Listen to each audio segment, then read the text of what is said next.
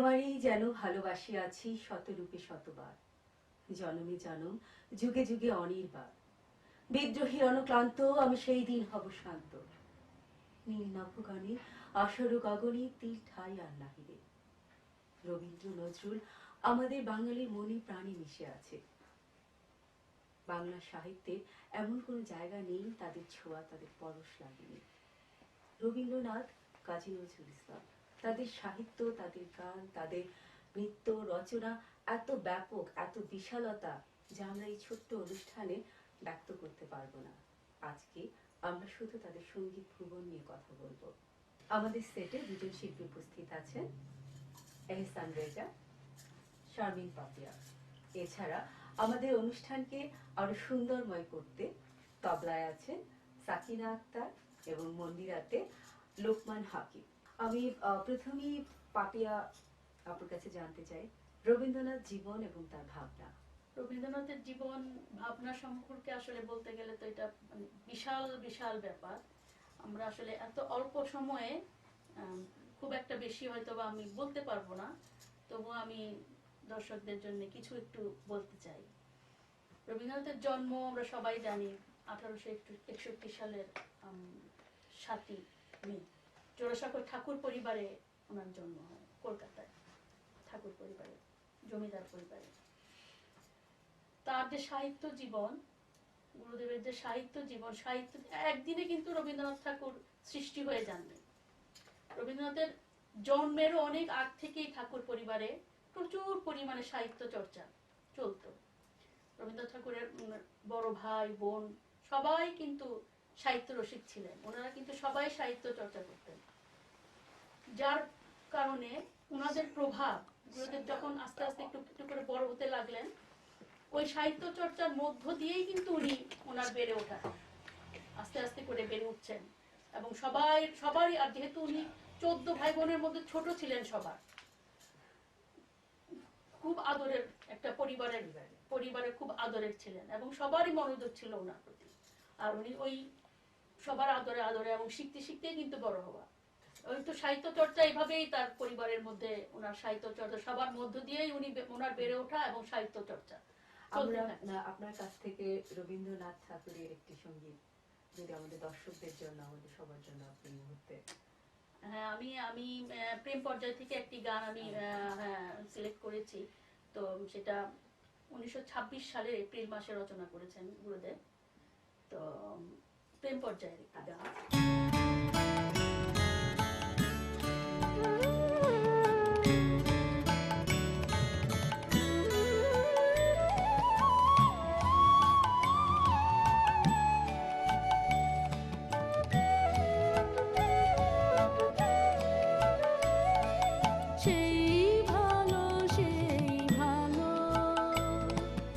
আমারে না হয় না জানো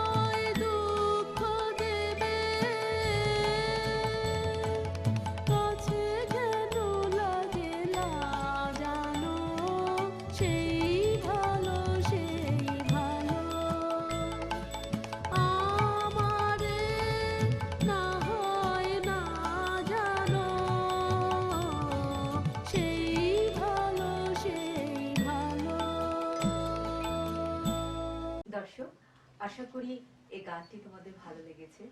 রবীন্দ্রনাথ এই গানটি কেন গেয়েছে, কখন গেয়েছে, সুন্দর একটি ব্যাখ্যা দিয়েছেন পাপিয়া আপু।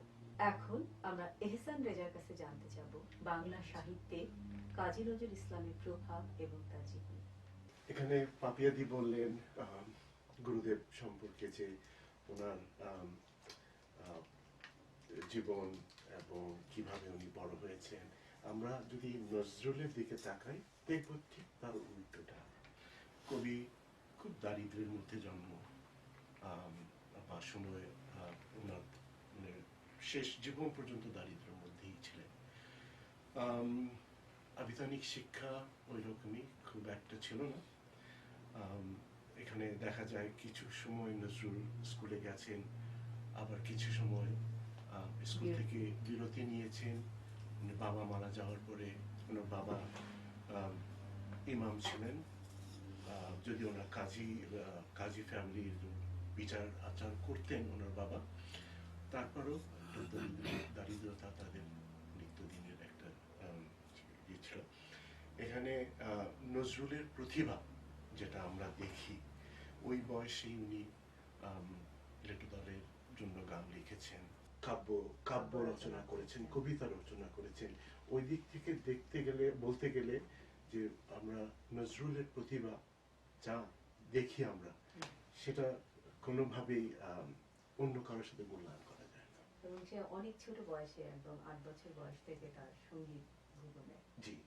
আচ্ছা, তো আমরা আজকে কি ওনার যে গানগুলি উনি রচনা করেছেন, এবং আমি যতটুকু জানি, বাঙালি যতটুকু জানে, গানের সাথে উনি গানের নোট তৈরি করেছেন।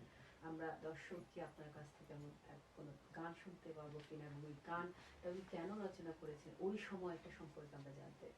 আমি এখানে মূলত আজকে যে গানগুলি আপনাদের জন্য নিয়ে এসেছি, কাব্যগীতি, উনি এক একজন শিল্পীর জন্য এক এক ধরনের গান রচনা করতেন। উনি দেখতেন এই শিল্পীর গলায় কোন ধরনের গান ভালো লাগবে, এবং সুর কি ধরনের সুর করলে এটা উনি ফোটাতে পারবেন।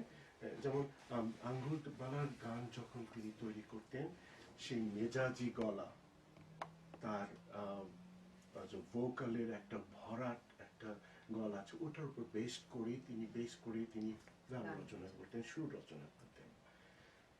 তো আমি আজকে যে গানটা শোনাবো সেটা কাব্যগীতি। এটা উনি রচনা কখন করেছেন এটা ঠিক আমার কাছে তথ্যটা নাই, কিন্তু খুবই একটা জনপ্রিয় গান। কাজী নজরুল ইসলামের অনেক কিছুই আমরা কিন্তু মানে নির্ভরশীল, যে এত থেকে এত নির্দিষ্ট কোনো তথ্য আমরা কিন্তু অনেক জায়গাতেই আমরা। কারণ হচ্ছে কি, উনি লিখে ফেলে দিতেন। হ্যাঁ, উনি যে জমিয়ে রাখবেন, বা ওনার নামে দেখা গেছে উনি লিখে ফেলে দিয়েছেন অন্য নিয়ে। হ্যাঁ, তো উনি ওটা করেন নাই। বাট ওনার প্রায় ৩৫০০ গানের সুর করা আছে, এবং ওইগুলি লিপিবদ্ধ আছে। হ্যাঁ, বা সবগুলা গানের ব্যাকগ্রাউন্ডগুলি উনি রাখেননি, বা তখন কেউ সংরক্ষিত করেননি। তো ওই জন্য প্রত্যেকটা গানের ব্যাখ্যা দেওয়াটা মানে সম্ভব না। তো এখন যে গানটা আমি করছি, খুবই জনপ্রিয় একটি গান, আমি চেষ্টা করি দর্শকদের জন্য। দর্শক, এখন আমরা শুনবো এহসান রেজার কাছ থেকে একটি সুন্দর গান।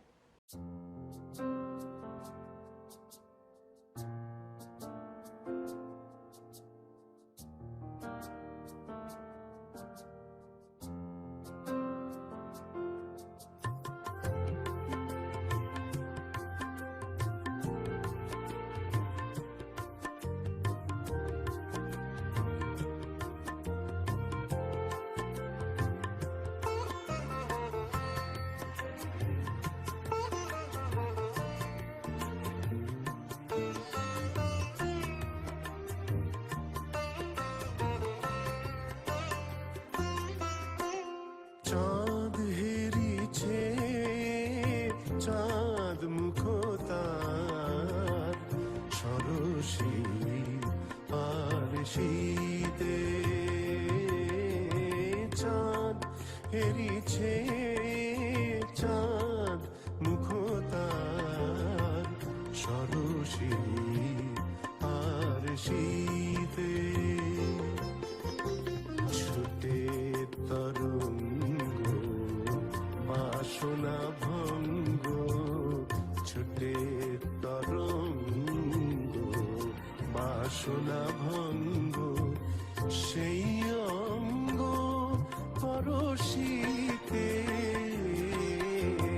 চাঁদ হেরিছে চাঁদ মুখতার সরসী আর শীতে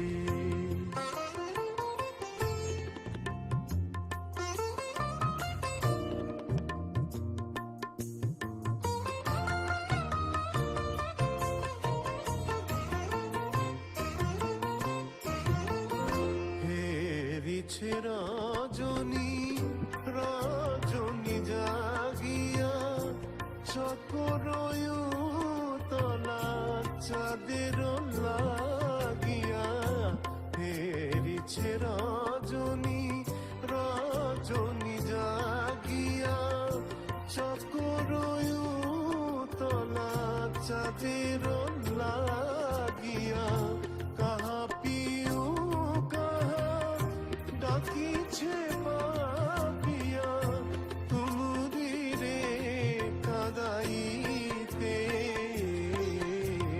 চাঁদ হেরিছে চাঁদ মুখতার সরসী আর শীতে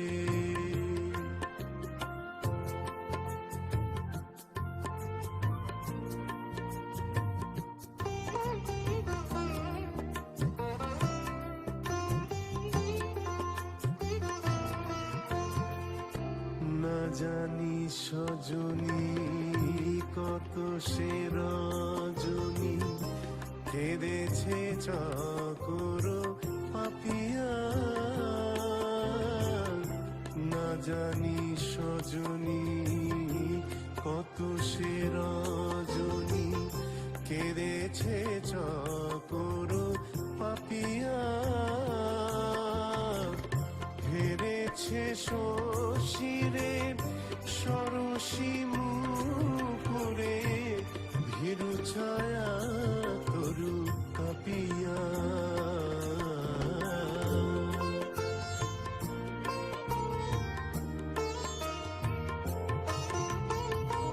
কেঁদেছে আকাশে চাঁদের ঘরণী চিরবিরোহিণী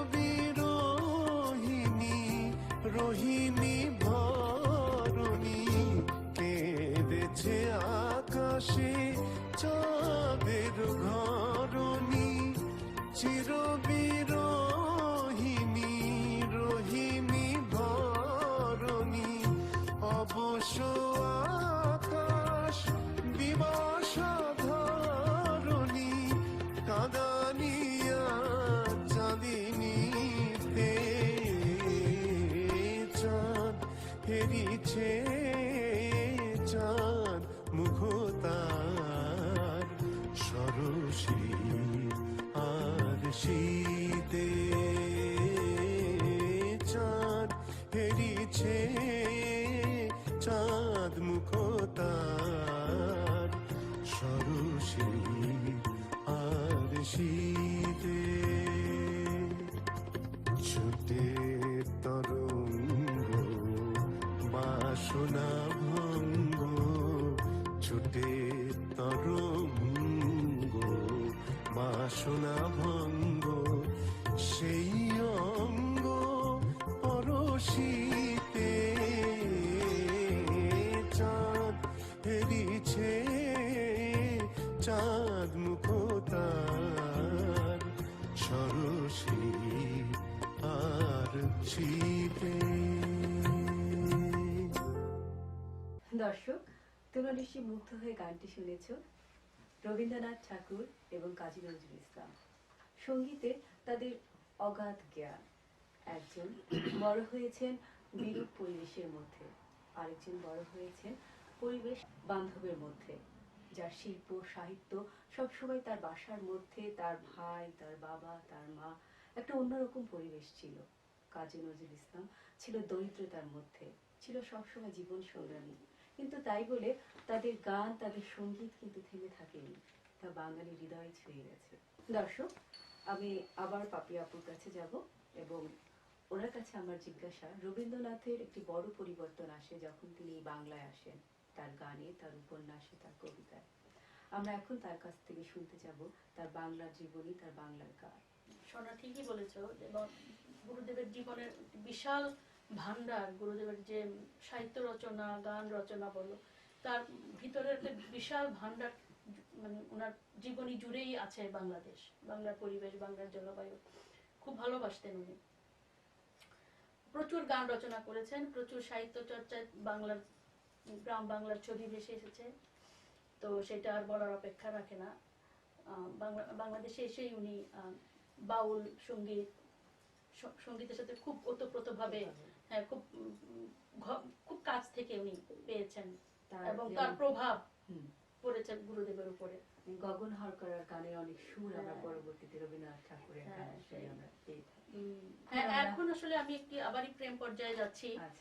প্রেম পর্যায়ের একটি গান আমি করব, এটা হচ্ছে 1888 সালের ডিসেম্বর মাসে লেখা। পরবর্তীতে মায়ার খেলায় গুরুদেব এই গানটি ব্যবহার করেছিলেন। সবার খুব জনপ্রিয় একটি গান, আমি যেখানেই যাই সবাই অনুরোধ করে এই গানটি গাওয়ার জন্য। দর্শক, আশা করি তোমাদের ভালো লাগবে। আমারও পরানো যাহা চায়, তুমি চাও, তুমি চাই গো, আমারও পরানো যাহা চায়, তোমা ছাড়া রে জগতে মোর কেহ নাই, কিছু নাই গো, আমারও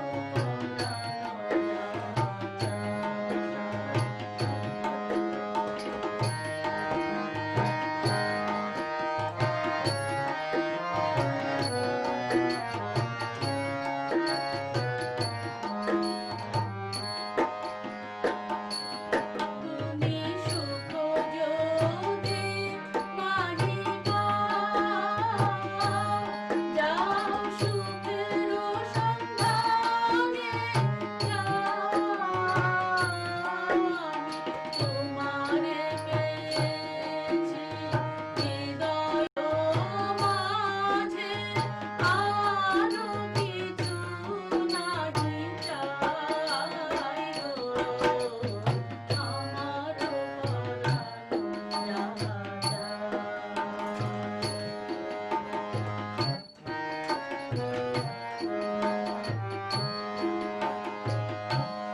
আমি তোমারি বিরহে রহিব বিলীন, তোমাতে করিব বাস, দীর্ঘ দিবস দীর্ঘ রজনী, দীর্ঘ বরষ মাস, যদি আরো পরে ভালোবাসো, যদি আরো ফিরে নাহি আসো, তবে তুমি যাহা চাও তাই যেন পাও, আমি যতন পাই গো, আমারও পরানো যাহা চায়, তুমি চাই গো, আমারও পরানো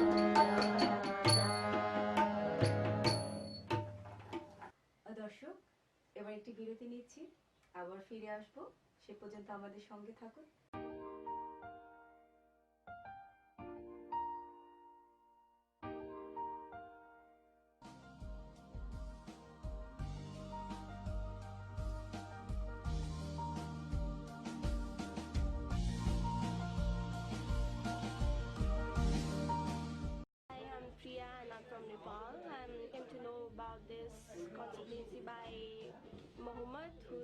told me about kangaroo and it was new, so it was good. স্বাগত জানাচ্ছি ক্যাঙ্গারু এডুকেশন ফাউন্ডেশনে। অস্ট্রেলিয়ার উচ্চশিক্ষার্থী এবং ভিসা সংক্রান্ত যে কোনো তথ্যের জন্য আমরা আছি আপনার সাথে।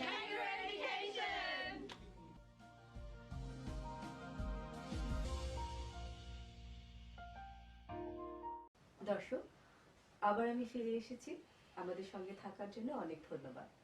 আমারও পরানো যাহা চায় তুমি তাই ওগো তাই গো, অসম্ভব সুন্দর একটি গান, যে গানটি যুগে যুগে প্রাণবন্ত হয়ে আছে সবার কাছে। রবীন্দ্রনাথের জীবনে এক বিশাল পরিবর্তন আসে যখন তিনি ইংল্যান্ডে যান। 1878 থেকে 1880 রবীন্দ্রনাথের জীবনে এক বিশাল পরিবর্তন আসে, তার গানে, তার কবিতায়, তার লেখায়। পাশ্চাত্য সাহিত্যে বিশাল প্রভাব পড়ে তার লেখায়। শেক্সপিয়ার এবং অপেরার বিশাল প্রভাব আমরা দেখতে পাই তার সাহিত্যে।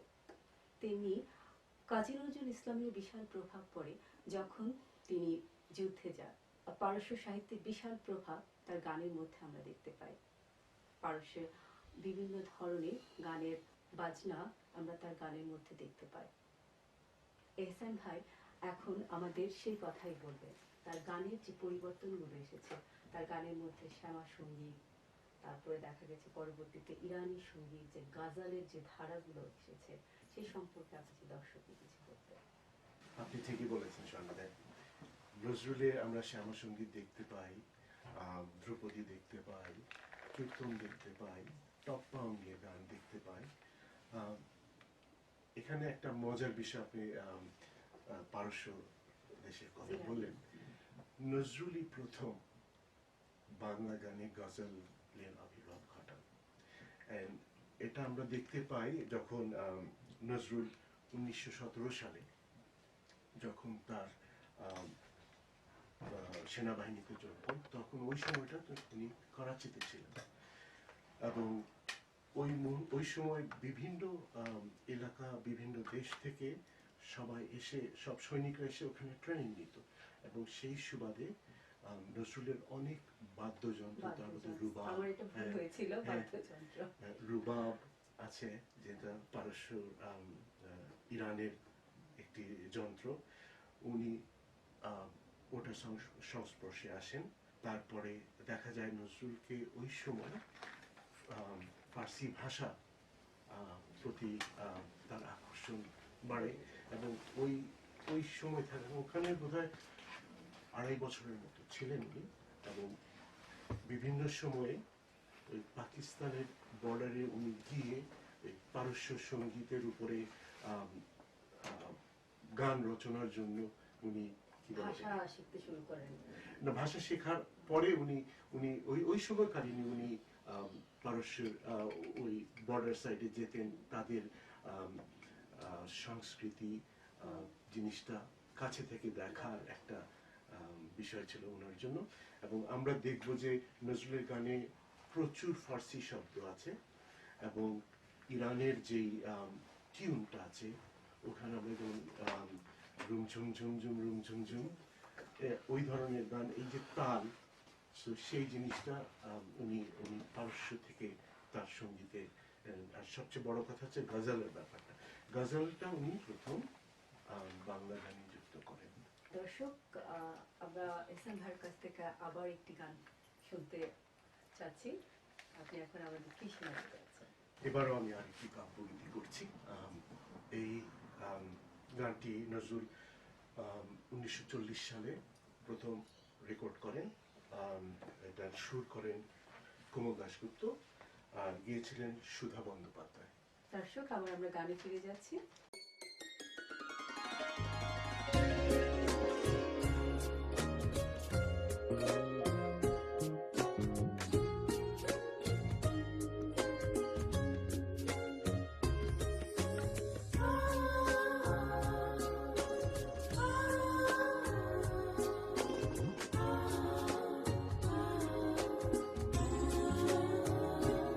মোরে ভালোবাসায় ভুলিও না, পাওয়ার আশায় ভুলিও।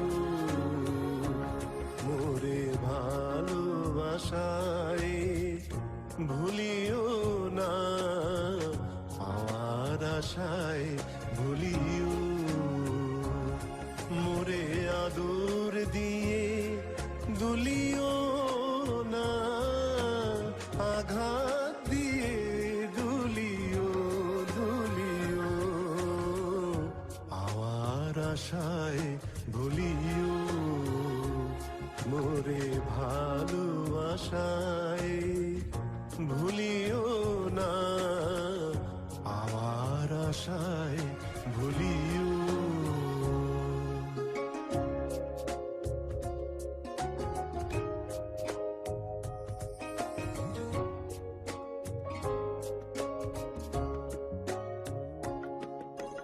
হে প্রিয় মোর একই মোহ এ প্রাণ শুধু চায় বিরহ হে প্রিয় মোর একই মোহ এ প্রাণ শুধু চায় বিরহ তুমি কঠিন সুরে বেঁধে আমায় কঠিন সুরে বেঁধে আমায় সুরের লহর তুলিও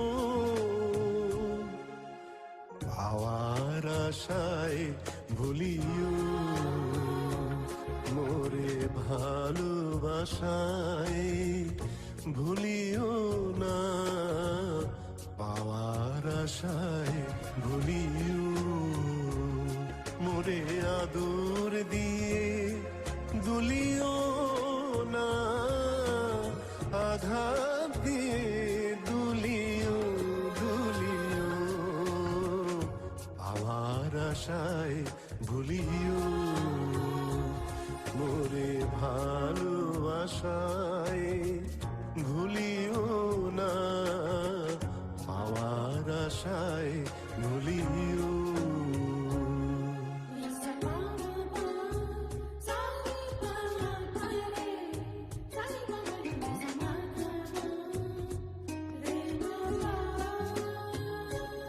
প্রভু শান্তি চাহে জুড়াতে সব আমি চাহি পুরীতে সুখের ঘরে আগুন জেলে পথে পথে ঝুরিতে বধু পথে পথে ঝুরিতে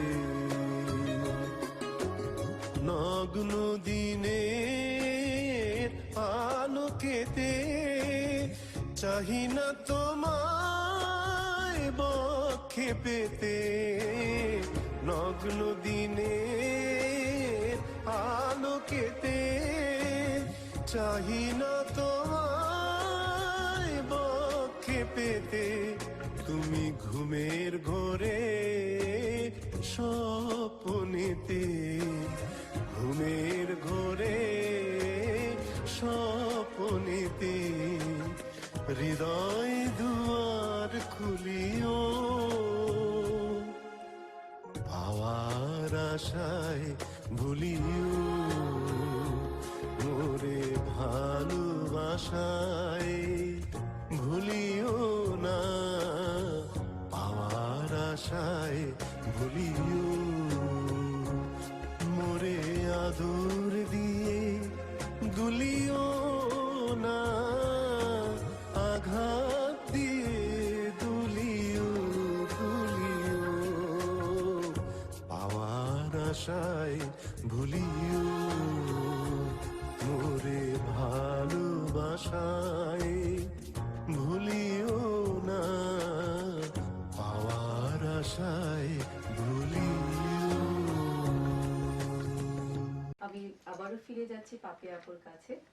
আমি এবার ওনার কাছ থেকে জানতে চাই, আমার মনে হয় দর্শকও জানতে চায়, শান্তিনিকেতনের দিনগুলো রবীন্দ্রনাথের কেমন কেটেছে।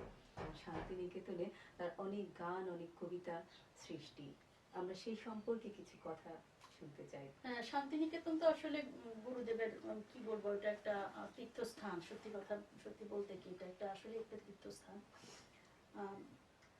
এখন তো আর আগের দিনের মতো রবীন্দ্রনাথ গুরুদেব যখন ছিলেন তখন তো পরিবেশ একদম অন্যরকম ছিল। আর গুরুদেবের তখন গুরুদেবের মানে প্রথম যে মানে খুব ভালোবাসতেন উনি বৃক্ষরোপণ করতে। বৃক্ষরোপণের প্রতি উনি সবাইকে খুব উৎসাহ দিতেন। শান্তিনিকেতনে তখন প্রচুর গাছ লাগানো হতো। এবং এখন যে আমরা শান্তিনিকেতনে আমি ছিলাম, আমি তুমি তো জানো আমি ছিলাম এক দেড় বছর। হ্যাঁ, আমি একটা কোর্স করলাম। হ্যাঁ, তোমার একটা গানের উপর একটু ট্রেনিং নিয়ে আসলাম, কোর্স করলাম। ওখানে আমি দেখেছি যে গুরুদেবের যে মৃত্যু দিবসটা কিন্তু ওইভাবে পালন করা হয় না। আমরা কিন্তু বৃক্ষরোপণের মধ্য দিয়ে ওনাকে স্মরণ করি। ওটা একটা ছোট চারা গাছকে তোমার খুব সুন্দর করে সাজিয়ে গুজিয়ে একটা পালকির মতো করে নেয় বাচ্চারা, ছেলেমেয়েরা, সঙ্গীত ভবনের ছেলেমেয়েরা। ওটা নিয়ে গান করতে করতে মঙ্গল শোভাযাত্রার মতো করে গান করতে করতে যায়। একটা জায়গায় আগে থেকে নির্ধারণ করা থাকে, আবার ওটার চারপাশে সুন্দর আলপনা করা থাকে, হ্যাঁ, গর্ত করা থাকে, ওইখানে রোপণ করা হয়। শুধু ওইটাই না, মানে পুরো শান্তিনিকেতনে প্রায় 500 থেকে 600 বৃক্ষরোপণ করা হয় তার মৃত্যু দিবসে। হ্যাঁ, এবং পরবর্তীতে তো এগুলো কি যে অদ্ভুত হয় দেখতে, মানে সেটা মানে না দেখে মানে বোঝানো যাবে না। ওই সময়ে তার অনেক গানের সৃষ্টি শান্তিনিকেতনের সময়, এবং ওখানে তিনি মানে সঙ্গীত যে আলাদা একটা ধরন হতে পারে, নৃত্য যে আলাদা একটা ধরন হতে পারে, তার চিত্রকলা, এরকম 3টা ভাগে তিনি। এখন তো শান্তিনিকেতন, এখন তো বিশ্বভারতী বিশাল ইউনিভার্সিটি, এটাতে তোমার অঙ্ক বলো, ইংলিশ বলো, চায়না ভাষা বলো, সবই আছে এখন। সব ডিপার্টমেন্টই এখন খোলা হয়ে গেছে। সেই সময় এটা আসলে বিরল ছিল, যখন তখন তো স্টুডেন্ট ছিল না ওরকম করে পাওয়া যেত না, ছাত্র পাওয়া যেত না। তো গুরুদেব করতেন কি, যারা আশ্রমে থাকতেন তাদেরকে বিভিন্ন গ্রামে, আশেপাশে গ্রামে পাঠিয়ে দিতেন ছাত্রদেরকে, যে বাচ্চাদের নিয়ে আসো। বাচ্চাদের নিয়ে এসে খাওয়ায় দাওয়ায় একেবারে পরিপূর্ণ করে তারপরে তাদেরকে পড়াশোনা করানো হতো, গান শেখানো হতো। তারপরও আসতে যেত না, কারণ ওই যে শান্তিনিকেতনের আশেপাশে প্রচুর সাঁওতালি গ্রাম আছে। দর্শক, আমাদের সময় চলে যাচ্ছে, আমরা হয়তো আর বেশিক্ষণ এই অনুষ্ঠান চালাতে পারবো না, কারণ আমাদের সময় স্বল্পতা। এবং তাদের রবীন্দ্রনাথ এবং কাজী নজরুল ইসলাম, তাদের এত ব্যাপকতা, আমি প্রথমেই বলেছি আমরা এই ছোট্ট অনুষ্ঠানে তা ধারণ করতে পারবো না। আমরা তারপরে যতটুকু পারছি তার গানকে আপনাদের সামনে তুলে ধরছি। আমরা পাপি আপুর কাছ থেকে আরো একটি গান শুনতে চাই, আমার মনে হয় দর্শকও চায়, কারণ এত সুন্দর গলা, আমরা খুবই খুবই মুগ্ধ হয়ে শুনছি। আমরা আবার শুনবো। দর্শক, চলো আবার আমরা গানে ফিরে যাই। আমি এবার যে গানটি করব সেটি হচ্ছে প্রেম পর্যায়েরই আরেকটি গান করছি। সেটা হচ্ছে 1924 সালের সেপ্টেম্বর মাসে গানটি গুরুদেব রচনা করেছেন। পরবর্তীতে উনি রক্তকরবীতে উনি নাটকে গানটি ব্যবহার করেছিলেন। সেটি হচ্ছে নন্দিনী চরিত্রে, যে বিখ্যাত একটি চরিত্রে, ওই নন্দিনীর কণ্ঠে ওই গানটি গাওয়া হয়েছে। তো আমি চেষ্টা করছি।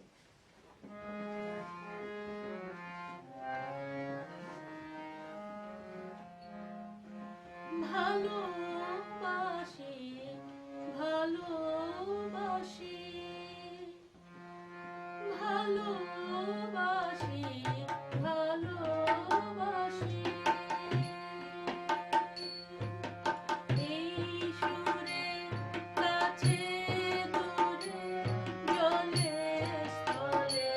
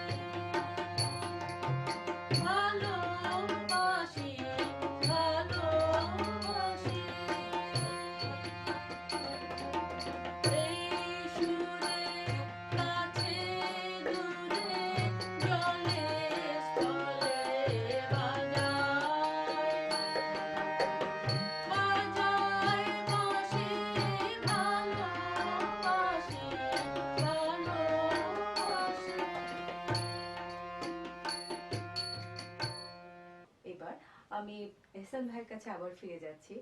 আমাদের অনুষ্ঠান একেবারে শেষ পর্যায়ে চলে এসেছে। আমাদের স্বল্প জ্ঞানের মধ্যে আমরা চেষ্টা করেছি রবীন্দ্রনাথ এবং কাজী নজরুল ইসলামকে আপনাদের সামনে তুলে ধরতে। জানি না কতটুকু সার্থক হয়েছে। এবার আমরা এহসান ভাইয়ের কাছে জানতে চাই, প্রথম বিশ্বযুদ্ধের পর সাংবাদিক হিসেবে কাজী নজরুল ইসলামের আবির্ভাব এবং তার সাহিত্যে, তার লেখায় বিশাল এক প্রভাব পড়ে তার এই জীবন। আমরা আসলে অল্প করে স্বল্প স্তরে তার সাংবাদিকতা জীবন এবং পরবর্তীতে তার গানের চর্চার যে ব্যাপকতা সে সম্পর্কে যে দর্শককে কিছু বলতেন। নিশ্চয়ই। এখানে দেখা যায় যে 1920 সনের দিকে নজরুল কলকাতাতে ফিরে আসেন যুদ্ধের পর, এবং সেখানে উনি 32 নম্বর কলেজ স্ট্রিটে অবস্থান করেন এবং বসবাস করেন। অ্যাকচুয়ালি ওখানে বঙ্গীয় মুসলিম সাহিত্য সমিতির অফিস ছিল ওটা, এবং উনি সেখানে সাংবাদিক মুজাফফর আহমেদের সাথে তার সখ্যতা হয়। সেই থেকে তার সাংবাদিকতা শুরু হয়, যাত্রা শুরু আমরা বলতে পারি। সেই সময়কালীন আমরা কবিকে দেখেছি বাঁধনহারা, তারপরে আগমনী, খেয়া পাড়ের তরুণী, এই সমস্ত রচনা করতে। পরবর্তীকালীন নজরুল কলকাতাতেই অবস্থান করেন এবং তার কাব্য সংগ্রহ সমৃদ্ধি করেন সেখানে। আমরা অনেক অজানা কথা হাসান ভাইয়ের কাছ থেকে শুনতে পেলাম। আমরা আবার গানে ফিরে যাব। আজকে আমাদের অনুষ্ঠানটি গানে গানে কথায় কথায়। আবার আমরা গানে ফিরে যাচ্ছি। দর্শক, এবার আমরা এহসান ভাইয়ের কাছে আবার ফিরে যাচ্ছি, আমরা তার গান শুনবো। এবার যে গানটি আমি করব খুবই বিখ্যাত একটি কাব্যগীতি। এটা অ্যাকচুয়ালি গীতিচিত্র অতনুর দেশের জন্য করেছিলেন নজরুল। এটা 1942-তে প্রথম রেকর্ড করা হয় সন্তোষ সেনগুপ্তের, আর সুর করেছেন শৈলেশ দাশগুপ্ত।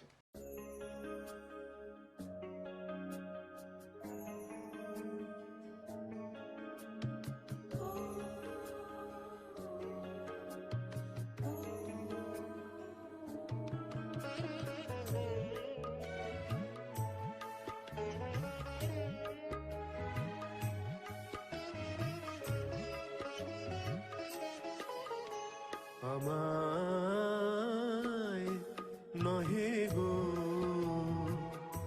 ভালোবাসো, শুধু ভালোবাসো মোর গান।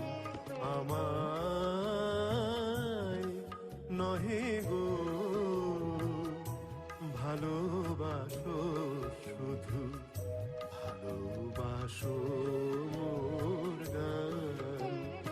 বনের পাখি রে কে চিনে রাখে, বনের পাখি রে কে চিনে রাখে, গান হলে অবসান।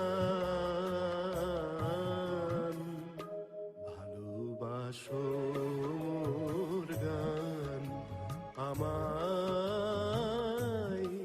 নহে গো ভালোবাসো, শুধু ভালোবাসো মোর গান।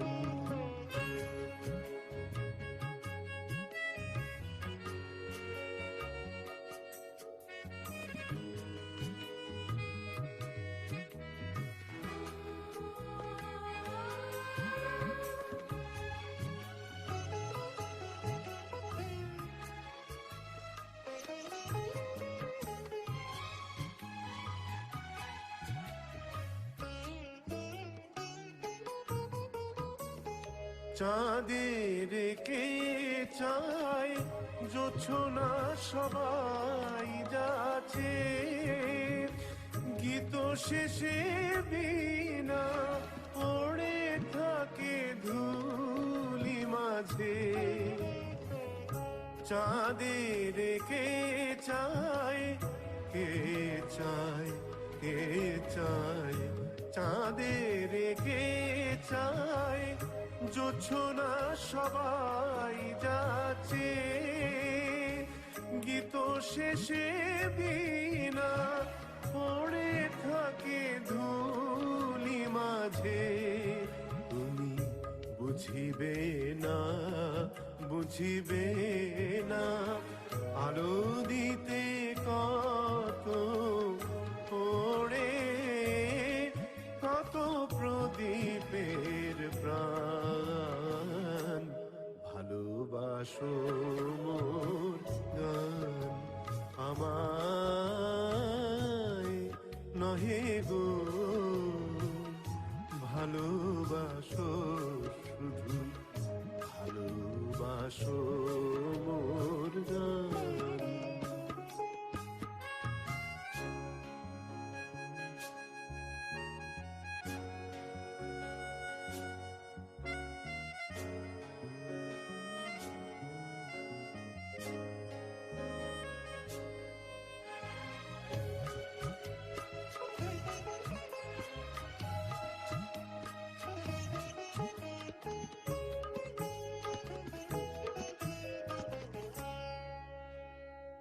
যে কাঁটালতা রাখি জল হায় ফুল হয়ে ওঠে ফুটে ফুল নিয়ে তাই দিয়েছ কি কিছু ফুল নিয়ে তাই দিয়েছ কি কিছু শূন্য পাত্র পুটে ফুল হয়ে ওঠে ফুটে